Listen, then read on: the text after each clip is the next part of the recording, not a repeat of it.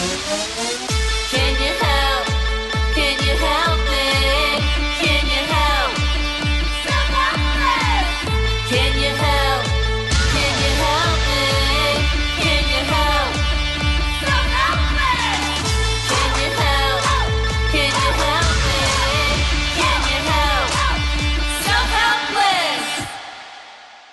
Hey everyone, welcome to another episode of the Self-Helpless podcast. I'm Delaney Fisher, and we have such an amazing guest today. Katie Morton is here. Katie is a licensed therapist and best-selling author. You might know her from her wildly popular and successful YouTube channel. Her content is just incredible, and you may have seen her on The Doctors and E! News and KTLA and all that good stuff.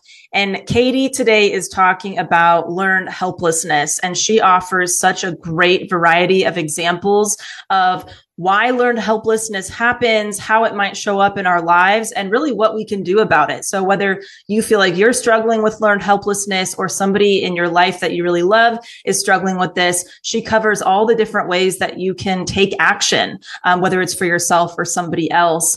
And we covered a lot of ground today. We talked about different relationships. She even shared some really great tips on maybe you're considering ending a relationship or moving in a different direction from a situation.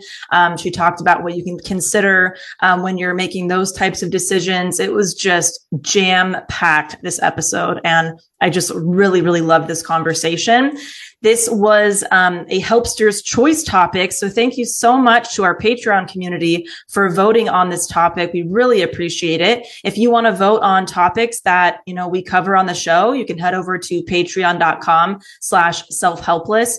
And before we get into the episode, if you're an entrepreneur, business owner, and you're looking for a business podcast that will give you a lot of hot tips, would love to have you over at the Minimalist Business Podcast. You can find this at my website, delaneyfisher.com. It's a private show, but it's completely free. And we talk about how to scale a business without sacrificing your time and your values, and how to earn higher profits and not burn yourself the fuck out. So would love to have you over there if you want to check it out. All right, everybody, here is Katie Morton. Katie, thank you so much for being here today. So excited to have you. Yeah, excited to be here. Excited to talk about this. It's going to be interesting. God. Me too. This was actually voted on by our community, this topic. So people are very curious about it. And I just have to say, I have been binging your content since last night. It is so fucking good. It really is. It is so honest. It is so needed. It's some of the most refreshing stuff I've seen in such a long time. And our listeners know I'm not really on social media and YouTube and all this stuff. And my God, I'm addicted to it. So thank you for what you do. It's so important. Of course. I'm glad it's helpful. I'm glad you're enjoying it. Yes. Before we get into the topic today, do you have a favorite or least favorite quote that you'd like to share? Yes, I have a favorite quote. And if anybody's watched my videos at all over the years or live streams, they know this quote. Theodore Roosevelt said it, and it's comparison is the thief of joy.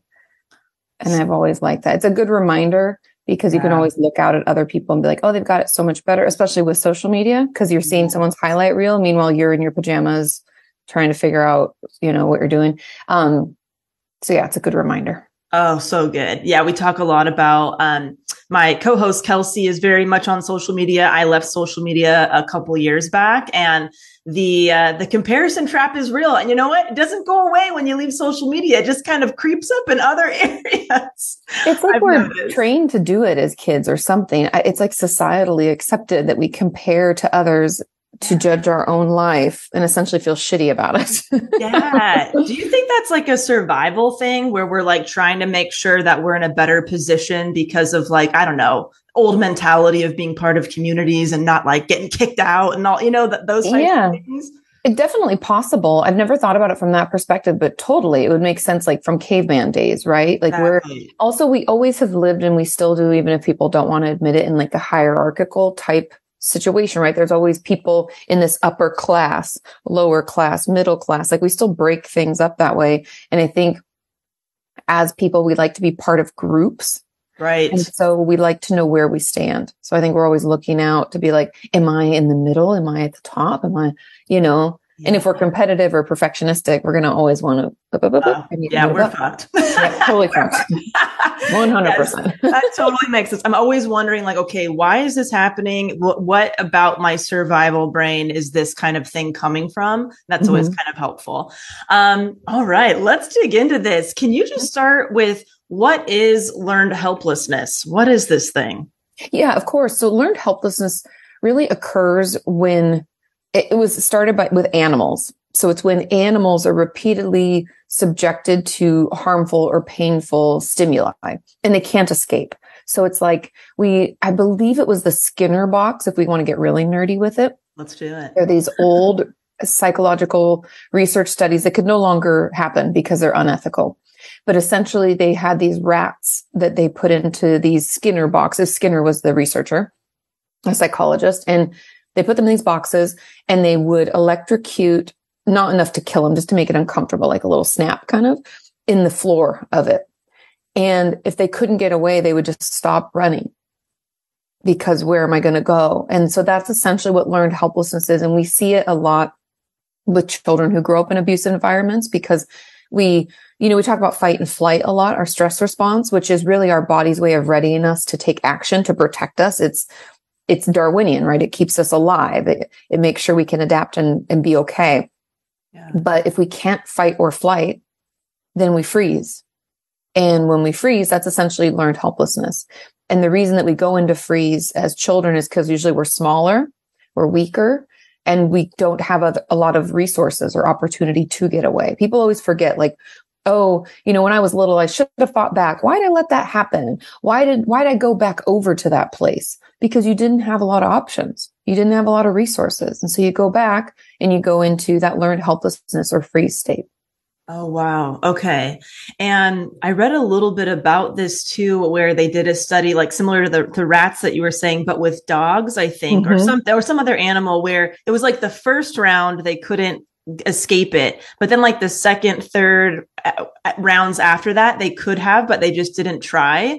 Oh, that's the shuttle box one. Yes. Oh, so could you explain, like, is there a way for people or animals to understand that there are options at some point, or is it like really hard to break out of that learned helplessness?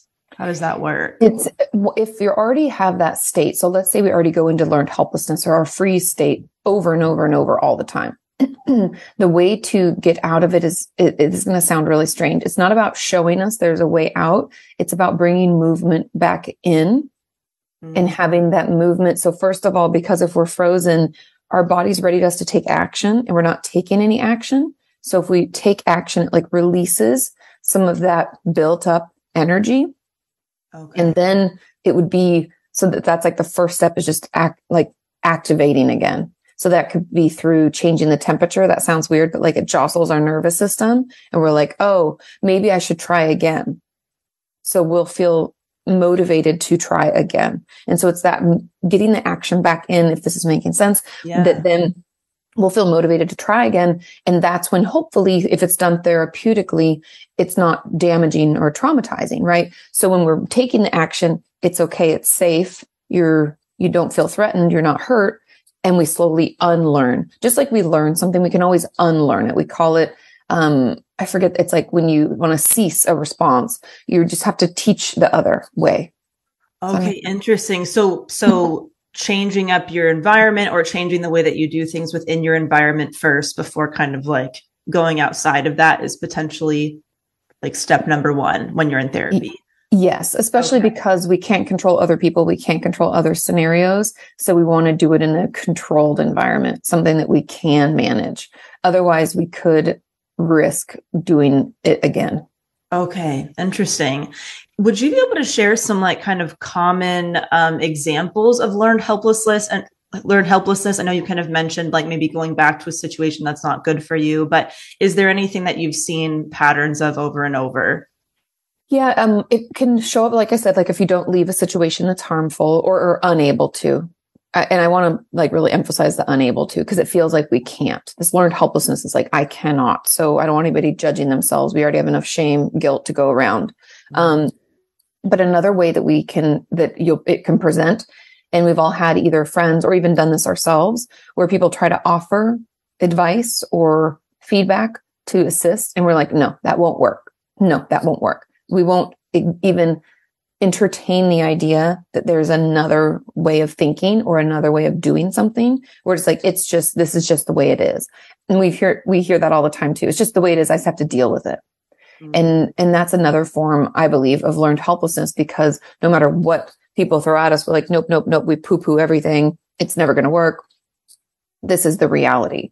And I've talked to my audience a lot about kind of the difficulty we can have in acknowledging that we have a choice, because sometimes we'll say like, well, I don't have a choice. I just have to put up with this. This is just how it is. And I'm like, no, you have a choice. It's just the choice that you have to make is one that goes against something from your past. It's a pattern. It goes against what you think your role is as a child, as a sibling, as a daughter, as a mother, as a father, as a whatever. It goes against something. And therefore you're like, well, I don't have a choice. And I'm like, yeah, you do. And it's actually a better one. And that's that learned helplessness. No, this is what I do. This is the thing that I do. And it's almost like, because we are creatures of habit and comfort, we go back to things that we're used to, and the new and the different feels really uncomfortable. So we struggle with that. And I think that's a form of it, if that makes sense. Mm-hmm. Yeah, definitely. Is learned helplessness always connected to some kind of trauma, whether it's PTSD or childhood trauma, or can it kind of occur in like isolated situations as well that's not connected to trauma? Yeah, I would assume it doesn't always connect to trauma, because we can still put ourselves in positions that aren't comfortable, that we don't like. It's almost like when I was growing up. So I had this really wonderful and then terrible boyfriend. It's like a good and then got real bad through high school. And then I repeated this pattern with other guys I dated, where I would look for like similar attributes to him. And it was like a shit show for like a good 10 years. It was awesome. Just kidding. And been there. Yeah, right. I'm like, thank God for therapy. Thanks, Jana, for pulling me out. But anyway, I didn't see what I was doing. And I think some of that was like, well, no, but this is what relationships are like. And I know that we think of learned helplessness as like, I'm helpless, but I think sometimes we're like emotionally helpless, where we're like, I don't know another way to feel, or I think this is just what it's supposed to be. And until someone shows us, kind of like if we go back to the dogs or the rats in the box, if someone showed them, hey, look, this door is open. You can leave anytime. They'd be like, get the fuck, I'm out of here. It's over. And no one showed me that door until I was in therapy. Even though if I think back, my mom and dad were like, I don't like this guy. My dad wouldn't let him come to the house. I mean, there were lots of signs, but until somebody I could hear told me, hey, there's this other way, I wouldn't let myself out of that pattern. And so I think it doesn't always have to be trauma related. It's honestly very just pattern related.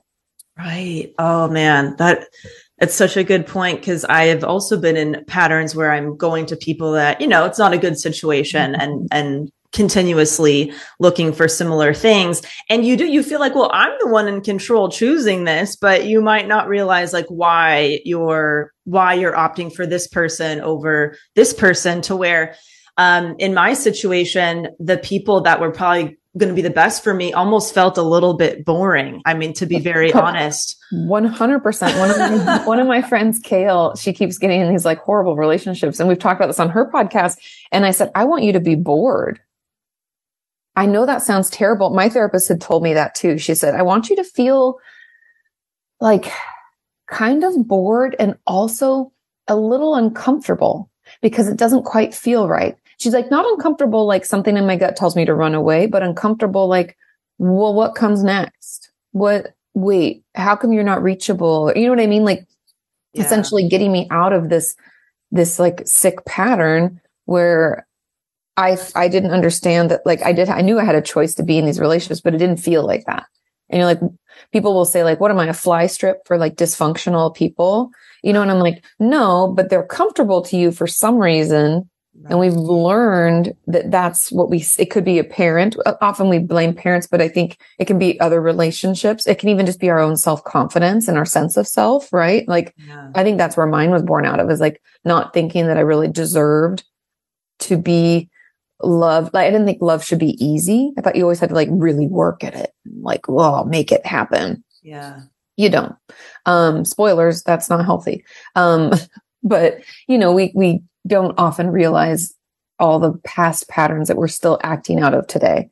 And we can just be like asleep at the wheel, Yes, definitely. I went through that phase. Okay, this feels a little bit boring. And then you get used to that. And you're like, oh no, this is just healthy. This is what this is. Well, this is just a loving relationship. Yeah, exactly. And it's like, it can be very jarring. And I know that for me, I think I've just realized as I get older, like, oh, familiarity doesn't always mean healthy or good for me, or that I should keep doing this thing or continuing this pattern. Are you able to share any, whether examples from people that you've worked with or yourself of a situation where you caught yourself in kind of like a learned helplessness kind of pattern, and then how you took like the baby steps to, move in a different direction? Yeah, I can't think of one from a patient necessarily, but I can think personally. Like, because I was sharing about that relationship I had through high school. It was like a 5-year long relationship. And when it ended, my therapist was like, I want you to be uncomfortable. Right. I found myself struggling to enjoy being, like we're talking about, it's kind of boring, right? So I would meet other guys and I would be like, and I would tell my therapist about them. I'd be like, oh, I went on a date with this guy. He was super interesting. I really like him. And she was like, like, stop. So I didn't even, I don't think I noticed without her telling me. And it took a few, I'm going to say like 4 or 5 different dates and meeting people where then I was able, because as a therapist, I know that you can't tell a patient like, oh, well, this is why it's happening. You have this pattern because of this, and this is what you're looking for, because it's too much for you as the patient to absorb, right? You're like, whoa, also you can get defensive. You're like, get out of my head. Who are you? You don't know me. Yeah. We can do that kind of a thing.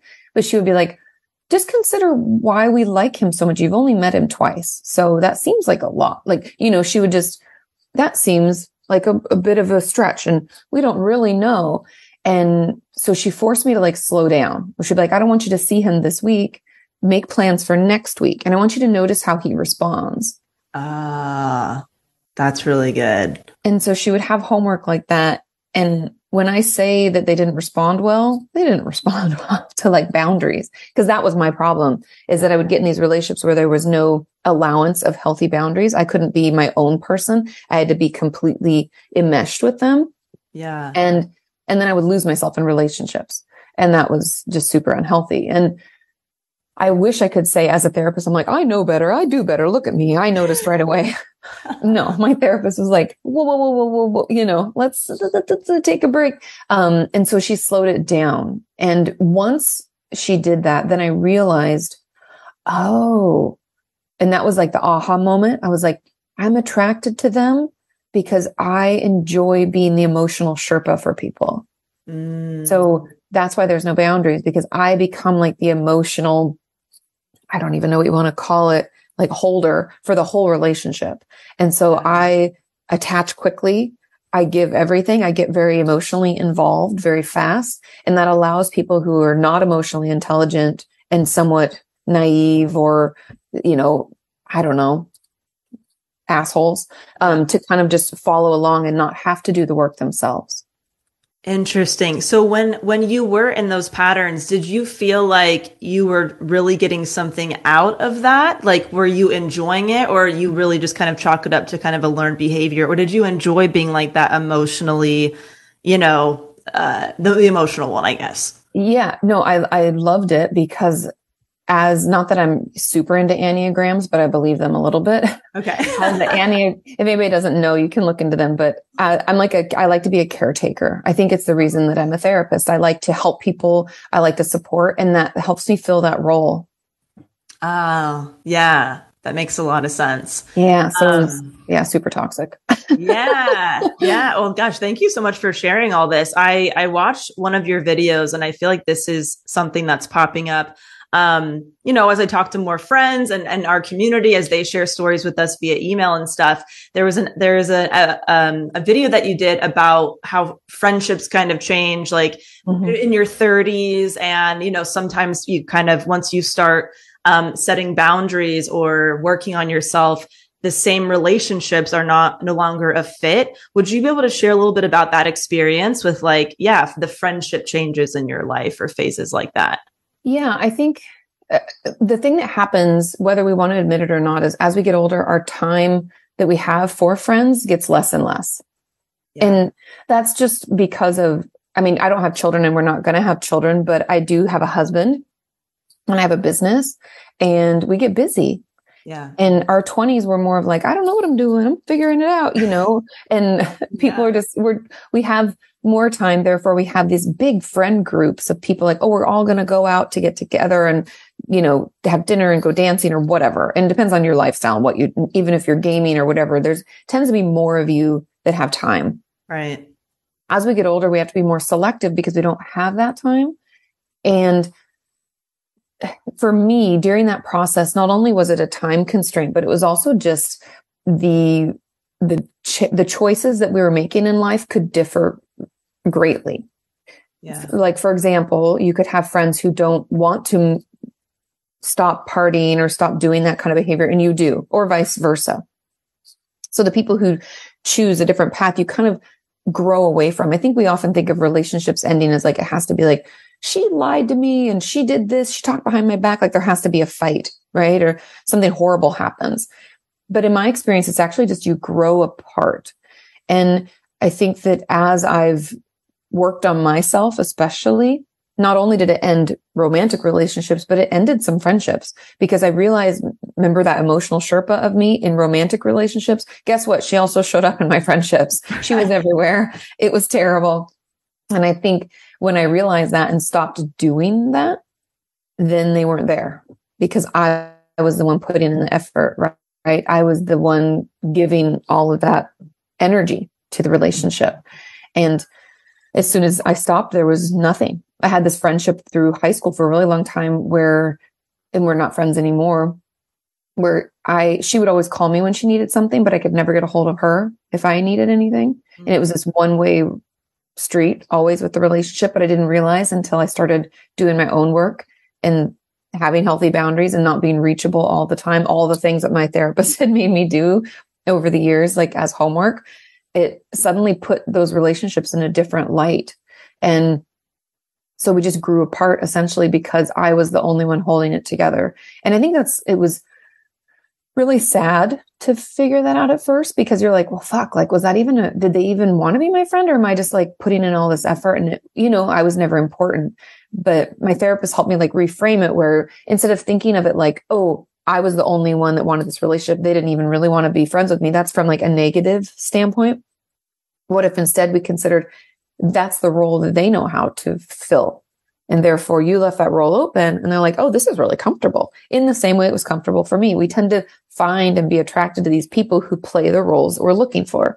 And so in order to grow up, and it's not even just growing up, but just choosing better relationships, I've learned to find friends who put in the same amount of effort as me and who meet me where I'm at and who are reachable who I can count on. That's been a really big thing for me because I find it very triggering if someone isn't consistent and I can't count on them. And so if I focus in on that and look for that in relationships in general, I'm much happier.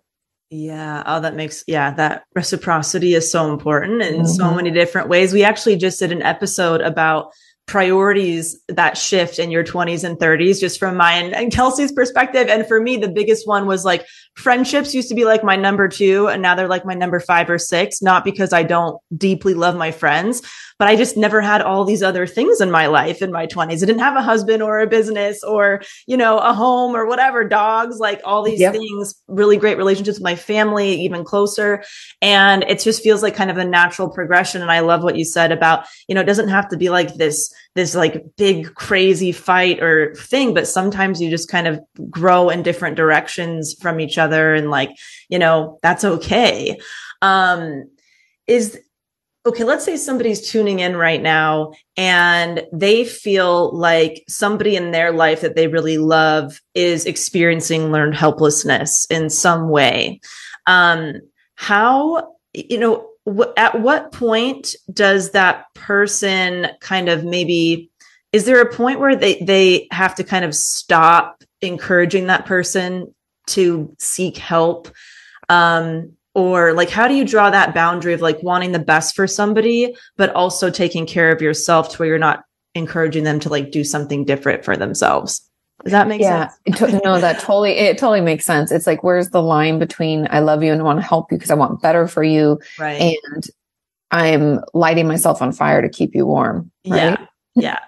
So I think, to be honest, and this is always hard for people to hear, all you can do is check in on those you love and offer support that you actually can give.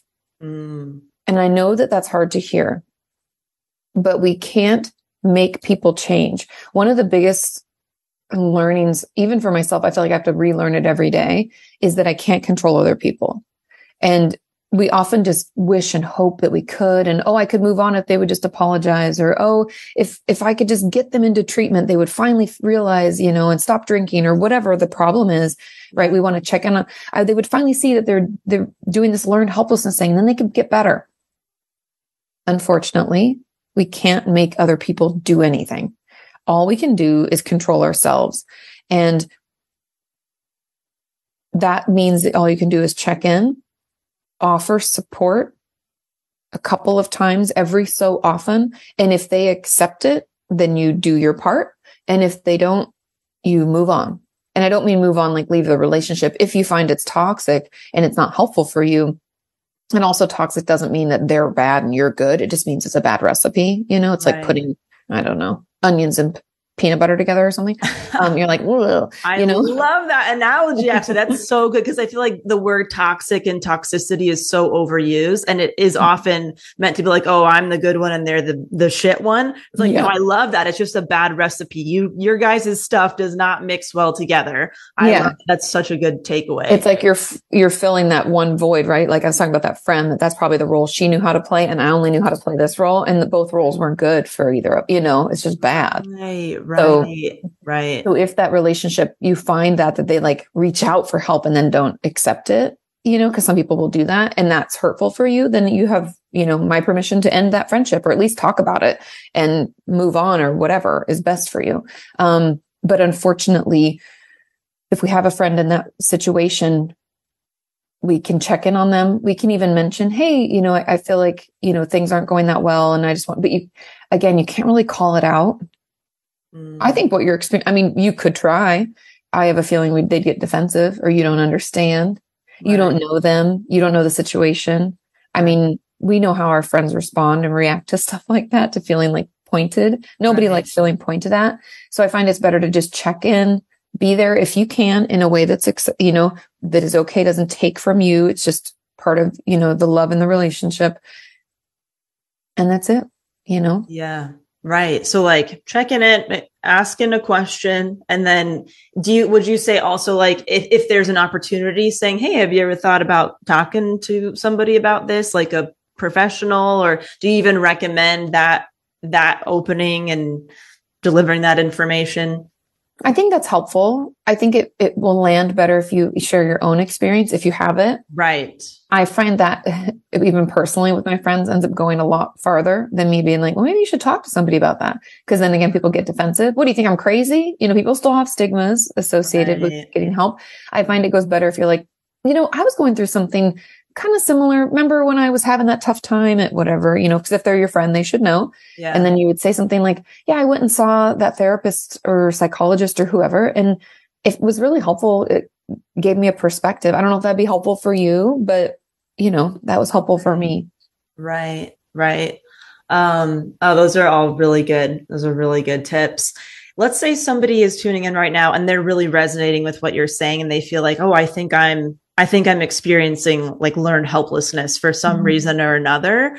How can they differentiate if this is something that they can work to pull themselves out of in a way, or it's almost like seems like this could be connected to certain other disorders? Maybe I'm totally mistaken, but if there's personality disorders where that's kind of the default personality, like how can they differentiate for themselves what they might be experiencing? I guess you'd have to, the best thing you can always do when it comes to like self-help stuff, right? Ways that we can do things today, because I know therapy is expensive or inaccessible for a lot of people. Be a detective about yourself. And consider what I'm saying. Detectives don't judge. They don't make assumptions. They don't jump to conclusions. We let the evidence speak for itself. I'm also a huge Law and Order SVU fan. So just let the evidence speak for itself. So is my husband, yes. So Olivia Benson yourself around your life. You have to find things and look for those patterns, because really that's a huge part of being a therapist, is looking for patterns and try to think of things from a different perspective. It can help to be like, well, what has my mom said? Remember I said like, oh, my boyfriend from high school, my mom and dad were both like, I don't really like him. Like, did we have anybody who like threw up a red flag, or things that we've repeatedly heard people say? Could even be compliments about you. Like my friends always be like, oh, you're always like the mom of the friend group, or you're so responsible, and that's because that's my role, my unhealthy role, right? Is taking on the weight for other people, being the one that is always responsible, always shows up, always, Right. Sometimes I don't want to be that. Sometimes you get to be the parent. I don't need to be the parent, So pay attention to things that you maybe thought were compliments, maybe things that you've heard people say repeatedly. Look for these patterns in your life. And that's really helpful. And jot it down, whether you're old school like me and you have like paper journals, or if you're new school and you want to have like a Google Doc, or you want to film yourself a little bit or take notes in your phone, whatever it is. Yeah. Keep those patterns available, because it will help you not only see things before they happen in the future, new relationships, but if you are able to see a therapist, giving them that information is amazing. It will save you so much time and money in therapy, because you've already kind of done the deep digging and the work that they would have had you do. Yeah. And it can be incredibly helpful. And when it comes to self-diagnosing, or like what type of disorders this could be a part of, it could be a part of a ton of different things. I think the only difference between, let's say, like major depressive disorder and a personality disorder like borderline personality disorder is that depression usually, in order to be diagnosed, has to happen for most days for 2 weeks. So 2 weeks is what I'm talking about. In order to be diagnosed with a personality disorder, we're talking 6 months to a year. You're looking for a larger pattern. I believe a therapist shouldn't diagnose someone with a personality disorder if they haven't seen them for a year, but that's just me. There's no rules on that. I just think you need to see someone through all of the seasons to decide. Yeah. And so you'd have to see if you think it's part of something bigger for you, or if this is just a behavioral pattern that you learned. It can also help to look at like your siblings or your parents. Do they do this too? Because often it's not that we don't think about it. We think like, oh, my parents don't know anything, or they messed up this way, or this was fucked up in my childhood, versus, hey, where'd they come from? Because you usually know more about them than you realize. Consider who your parents were. What are your grandparents like? What's the behavioral patterns there? Right. How do we communicate? Look for those things, because there's so much helpful information in that. Oh my gosh. It's so good what you said about, the things that people tell you about yourself, like those things that can feel like compliments. Mm-hmm. And it's like, it's always been seen as a positive thing, but that could be a really key indicator on like what's going on with you. And I mean, what about like, let's say that somebody is struggling to know, okay, is this a compliment, or is this is an issue for me that I'm receiving? And I feel like even sometimes in therapy, it can be hard to know like what a healthy situation looks like if somebody did not have healthy examples growing up about how do they know how to act in a relationship if the example that was given was not a great example? If you are like a visual learner or you learn experientially, how can a therapist help you understand what that can look like in a relationship? Yeah, that's the beautiful thing about therapy. And it is hard. You're right. That's a great question, because if we don't have a good template, how can we build something that's we can't, right? It's like we don't have the blueprint. So actually the therapeutic relationship is that blueprint. Oh, interesting. Which I know people are probably like, but you're not supposed to get that close with your therapist. I'm not saying romantic relationship. That's against the law. I'm saying report them. Save That's it for against the law. Lifetime movies, people. Yeah, right. There's even like a pamphlet you're supposed to give that's like professional psychotherapy never includes sex. Like, not even kidding. Like when you get your license. Wow. So the way that we can use that therapeutic relationship is to understand clear and direct, healthy communication, healthy boundaries, consistency, right? Think of the things that a therapist offers to you. We can use that as that blueprint, because all of the things I just mentioned, like healthy boundaries, clear and direct communication, consistency, also building trust, right? Those are all things that are important in every relationship. And if we haven't been, if our parents, had a horrible relationship or didn't have one at all, right? We, had a single parent, or even if like we've had our own slew, like I was talking about, like shitty relationships I've had, it can take some relearning to better navigate relationships and to acknowledge your own role. Because we always want to point the finger. Well, they were the messed up ones. I picked these unavailable men who were dickwads, and that's why it didn't work out. We played our role. Yeah. I still had my own patterns of bad behavior. And that's why that internal work we just talked about will be helpful. And then the therapeutic relationship can help you see and practice this new way of being. Because it's going to be really uncomfortable for you to come into therapy sometime and say, I didn't like the homework and I couldn't do it. Or the way you spoke to me last week shut me down. Or that felt very judgmental, or whatever comes up for you. You might be surprised, because a lot of times, because therapy is a safe space, we can bring in other stuff from our past relationships. It's called transference, but we transfer it onto our therapist and we get mad at them. We can think that they're like our mom, and we're like, oh, but I love you and I want you in my life forever. We can have like both sides of it. But all that's really helpful and healthy and important to bring up. And it's all good practice. Yeah. Oh, wow. Yeah. I feel like a lot of people might struggle with they don't know what they don't know. They don't know if what they're doing is healthy or not, because they just didn't see certain things played out for them. And what would you say to somebody, like, cause it's so hard to admit that you have fucked up before and you keep fucking up, or whatever that is. It's so much easier to point at the other person.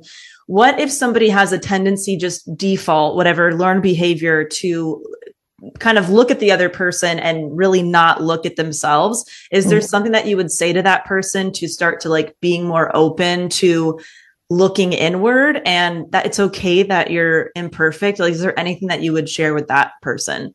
Yeah, I mean, definitely it's okay. We're all imperfect. Yeah. And also certain relationships can be really triggering for us and we might not know why. Right. So just know you're not alone with that. But I think a way to kind of tap in, or a question to ask yourself, is when we're talking about this asshole, this shitty person in our life that was horrible, like this bad boyfriend or girlfriend or friend that we had, what were you doing during that time? What was your role in that relationship? And I don't mean to look at it in a bad light or good light. It's just what was happening. And if you have a memory, this always helped me. If you have a memory of a blow up, like a fight or an issue, or the time when you're it's over, what led up to that? Tell me about that. Tell yourself that story. What was happening? And if you have a few of these relationships, or a few of these blow ups within the same relationship, so if you've had a bunch of these different relationships, you can start to see those patterns. Then you can see your role in it, because it's easy to get caught up in well, they cheated or they lied. Okay. I know this sounds bad and I'll build from this, but what do they all have in common? You. So why do all those people have that in common? So let's think about this. And I don't mean it that it's your fault, but it's your role, because every relationship is 50-50, whether we feel that or not. I'm here to tell you it's 50-50.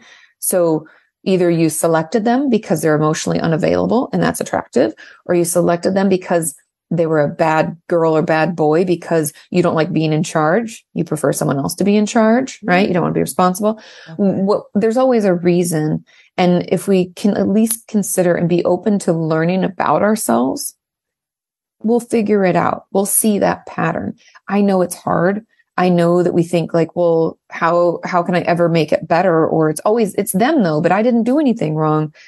It's not that you did anything wrong. There's just a pattern. Maybe that helps to make it less defensive. It's like, it's not good or bad. It's just something that keeps happening and we need to learn why, you know? Right. Right. It's like it's not like you're victim blaming, but you're taking responsibility for whatever part that you played in continuing to allow certain things happening, in your life, or going after being attracted to certain things. Right. Yeah. Like, there's a reason why. You said something really great, one of your videos, about when relationships started and like who you were at the time versus, maybe who you are now. Is there like a certain like litmus test that or like a way to kind of break it down of like, here's some things to look at into maybe giving you the courage or clarity that you need in order to figure out if you want to stay in a situation or leave a situation? Are there certain things people can kind of utilize? Yeah. I mean, if we're unhappy with any relationship, it always pays to consider, what's my role? And can I give them an opportunity, or us as the relationship, an opportunity to grow in the way that I'm going to need? I know this isn't really a litmus test, but it's more like, if we give them the opportunity, are they willing to change? Like that's been a good litmus test, honestly, for me in my friendships and in romantic relationships. When I had this boyfriend, it was the boyfriend I had right before I met my husband, where I was always going to him. I was always doing the extra lifting, the extra work in the relationship.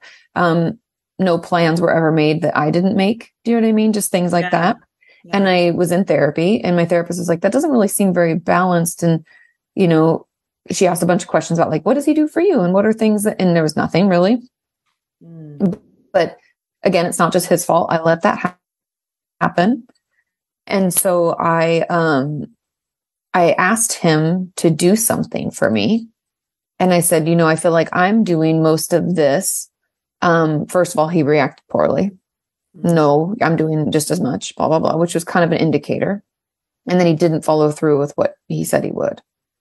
And so I talked to him about it and was like, I can't be the only one doing this. So really what I'm saying is, in your relationships, when you acknowledge something that isn't working for you, put words to it, maybe practice it in therapy or practice it on your own, bring it to the person you're in a relationship with and say, hey, I've been noticing this for me. Use your I statements.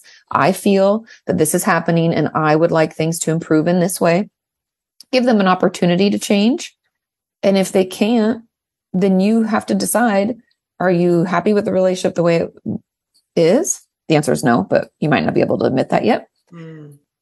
And are you going to walk away, And I think that's for any kind of change, for any kind of growth, if we ever feel like we've outgrown someone or, something, I know it's hard and there's going to be grieving, but if we're hoping to improve things and we feel this is something we need, anybody who really loves you and wants to be in your life will work with you. Other people won't. And I know it's hard to accept. And we have this dream of what this relationship was or is going to be, or we lean into like past stuff. Well, they've been here. They were there with me when, my dad got sick or when I had that really horrible breakup or whatever. Yeah. But what about now? And sometimes we ignore the now because of the past. There was this beautiful, the show New Girl. I don't watch it anymore, but I think it was like the first or second season. Jess, the main character, Zooey Deschanel, and her best friend, they grew up together as best friends, but her best friend's like a supermodel. Cece, yes. Exactly. And her and Cece have nothing in common anymore. And there's this episode where she's like, if we met today, would we be friends? And the answer was no.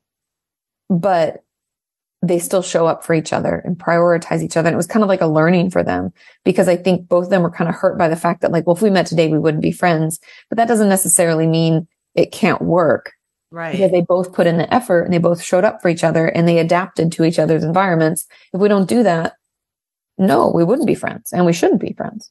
Right. Yeah. No, that's a great example of like, maybe, their interests have changed a lot or their situations, but they're still willing to show up and, maybe they value some of the similar things that make the relationship work. what are some other things people say to that kind of keep them stuck in a situation that isn't good for them? I know for myself, I kept making the excuse like, well, this person's been in my life for so long. So all these years what would that be for? That seems like kind of a waste, or like, I should stay here. I should keep going. And when I really got honest with myself of like, no, I would not, if I met this person now, this person would not be in my life. I would maybe 1 or 2 meetings, I would not really want to continue a relationship. What other things do people tell themselves that kind of keep them maybe stuck in something that they don't actually want to be stuck in? There's so many, but they need me. Or like you said, going back to the history, but they were here for me and this, that, and the other. And I do want to, you said like something about feeling like it'd be a waste. Like all that time, that relationship, right? If we've been together and hanging out or friends or dating for all these years, it'd be a waste. I would argue that nothing's a waste because we're always growing. We're always learning about ourselves, and we're always understanding relationships in a new way. And so no relationship is ever a waste. Sure, it can be damaging or hurtful, or we wish it didn't happen, but it's not a waste. And so I want to challenge people. If you feel that way, don't stay in something because but then the last 5 years will be a waste. No, the last 5 years taught you that you deserve better. And so you should get out, if that's the case. So I think they need me or I need them, who we can, in romantic relationships, I hear this a lot from my community. Well, I don't think anybody else will accept me for the way that I am, or no one else will love me. Right. Especially if we're in an abusive relationship, we can feel like we're unlovable. We can be told no one else will love me. This is as good as it gets. We can think that. And these might be things you don't even recognize you're telling yourself, but you're telling yourself. Yeah. If you're a woman and you want children, how am I going to find someone in time to have kids? I have many of friends who've been married and divorced because of this rush to jump into things. And out of relationships, a lot of people will say, well, that'll make me happy. If I'm in a relationship, I'll be happy. Nothing's preventing me from being happy today. Just you. And I know that's really hard for people. I think those are the main ones that I hear. Yeah. Yeah. Wow. Those are all so good. I've talked a lot about, on this podcast, my decision not to have kids and how there's a variety of responses around that in my life. Yeah. But from this other point of view, I have not been in a position where I was maybe in a relationship and wanting to have kids. Maybe my partner didn't want to, wasn't ready. How can somebody navigate that? If they're in a relationship, they really want kids, but it doesn't seem like it's going that way, or maybe it's not a great situation. How could they prioritize both of those things, like their need in a relationship and their desire to have children by a certain time? I think it's going to be tricky. So if it is a healthy, happy relationship, if you're going to have kids with someone, you should be able to talk about it. So, and usually early on in dating, let's say within the first 6 months to a year, there's some mention of, do you want kids? Yeah. I feel like that's just natural. Yeah. And if that is a priority for you, then you should feel okay to talk about it. Otherwise, don't have kids with that person. You can't talk. Right. There's going to be a lot trickier things to bring up. Trust me. So life's really complicated. So there's that component, but I do want to, I guess the therapist in me is like, unfortunately, life does not go as planned because we can't control other people. And I encourage everybody to adjust your expectations, because what's the old saying? Expectations are just resentments in the making. Ooh, that is a good one. Yeah. And I don't know who said it, and I'm sorry. It should have been one of my quotes. It's all good. Somebody out there. So many good ones. But so be aware of what expectations you're placing on yourself and others, because having a child can be something you do on your own if that's what you want, but it might not look the way you thought it would look.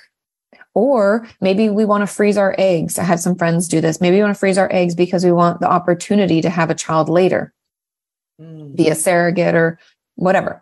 I know not everyone has this availability, but I just want you to consider the fact that what you are wanting in life, I'm not here to tell you can't have it, but you might have to adjust what that looks like. Right. Because I cannot tell you how unhealthy it is. There's probably a better word, but unhealthy is the one I'm going to stick with. How unhealthy it is to stay in a relationship or get into a relationship just in order to have children. Yeah. I don't think I don't have kids either. And we are child free. Like we've decided we don't, and people do respond. What do you hate kids? What are you, a demon? You know? Yes. Gotten them I'm all. like, no, I just don't want kids. I like dogs and that's fine. But people, you know, like I know it's difficult for people to understand and to accept the fact that it might not look and feel the way that you thought it would look and feel, but to get with someone to bring a child into the world isn't going to be healthy. And I don't think people realize how much pressure a child puts on any relationship. Like my friends who have the happiest of marriages have a difficult time when they have 2 under 2. They're like in the shits, like they're not sleeping. It's crazy. It's crazy for a while, but you need to have your person. You need to have selected your mate properly so that you have that partner in the bunker with you while you go through war. That's not how you want to start something, you know, and especially to bring a child into that, I feel like we're just perpetuating unhealthy old patterns. So just consider other ways that this could look and feel for you and be open to it. Maybe not looking like what you thought when you were 18 and dreamed this dream, you know? Yes, I love that. Just adjusting your expectations, because I feel like maybe our initial gut reaction might be like, well, that's a negative thing. This is what I wanted. But when I look at just my own experiences and my own life, I'm like, I could have never imagined that this would be my career, talking to you right now. And like all these things, I couldn't have even planned for something this cool. And so I'm so glad that life didn't meet my expectations in so many ways. So maybe it's something where it's, you know, not necessarily have to be a negative thing. I feel like there's like pros and cons to kind of any path that you choose. Is there anything that you like to tell people that, I don't know, helps them like make peace with the fact that things are not going as they planned and that there might be, you know, something really great that comes out of it if they just kind of, I don't know, are able to get in the right headspace or mindset? Yeah, I love that too. I could never have dreamed that this would be the life. And I think I thought I wanted kids when I was younger too, but when push came to shove, I was like, no, you know? Yeah. So yeah, being open to an alternative reality kind of, right. I think is really powerful. I guess my advice would be to consider when you dreamed that dream, consider how little you knew about you, about the world, because often, like I said, it's from a young age. Like I said, I thought I wanted kids when I was like 16 to 18. And then by like 24, I was like, no. Yeah. So, but young me grew up in a super, super small town. She didn't know much about anything in general. Knew she wanted to leave for school. That's about it. You know, like I had such I didn't think very highly of myself. I was still in that shitty relationship. Like just consider when you dreamed your dream, how much more you've learned since then. And that you could never have dreamt or imagined that it would be like it is now. So what else could be? Ooh, that is delicious, Katie. That is a delicious, that whole thing. I'm going to replay this. That is just so good. Is there anything that we did not cover today about learned helplessness or anything else that you think is important for people to know in this conversation? I guess just the wrap up that anything that's learned can be unlearned, and you can't teach an old dog new tricks. It's not like, I'm 38, I'll be 39 in a week or two here. I can still learn new things. I can still change. We're all still works in progress. No one's got to figure it out, but we can all learn how to be better with each other. Right. Right. I love that. Where can people find you and your work and all that good stuff? Yeah, I have my YouTube channel, Katie Morton. It's just KATIMORTON. I have a podcast, Ask Katie Anything, where I just answer questions from the audience about any and everything. No weird questions. Everything's okay. Yeah. And all socials, just Katie Morton. Thank you so much. This is probably one of my favorite conversations that we've had on the show. Thank you so much for I love there's like such a nice balance. Obviously you're a licensed therapist, but you share so much personal information, which for me is very helpful. That's how I learn and that's how I retain things. And sometimes I find that there's a little bit of a wall in certain situations with different professionals. So I just really appreciate you being as open as you are. And it's freaking great. And I'm going to go binge more of your stuff. So thank you for taking the time today. I know this was really valuable for people. Of course. Thank you so much for having me. It was a delight. What an episode. I just love the way that Katie presents information. So many good analogies and things that are just very memorable. I always appreciate that when I'm learning about a new topic. So thank you so much to Katie for doing the podcast today. And we do have an iTunes review of the episode. This is from JessBro81, and it's got 6 cookie emojis, which we love, of course. And it says, I'm loving this podcast. I know this is a boring review, but I love listening to them and it gets me motivated. I love it. Not boring at all, JessBro81. Much appreciated. If you want to leave a review for the show, you can do so on your Apple Podcast app, iTunes, something like that. And it might get read on next episode. And then again, if you are a business owner, entrepreneur, you're looking to scale a business in a very intentional way, maybe a lot of mainstream methods aren't really working well for you, or they don't feel like a good fit for your personality or your values. Maybe you're just starting your business venture and you're really trying to figure out how to become highly profitable with what you're doing. And maybe you've been in business for years, making, multiple 6 and 7 figures. We have a lot of resources and services over there, no matter where you're at on this journey. So come on over to DelaneyFisher.com if you want to tune into the Minimalist Business Podcast. We'd love to have you. All right. Thank you so much for being here today, and we will talk to you soon. Thank you so much for listening to the Self-Helpless podcast. You can find our Patreon community, merch, and our individual work at selfhelplesspodcast.com. We'd be thrilled if you shared this episode with a friend, or feel free to post it on Instagram and tag at Self-Helpless Podcast so we can repost you and say thank you.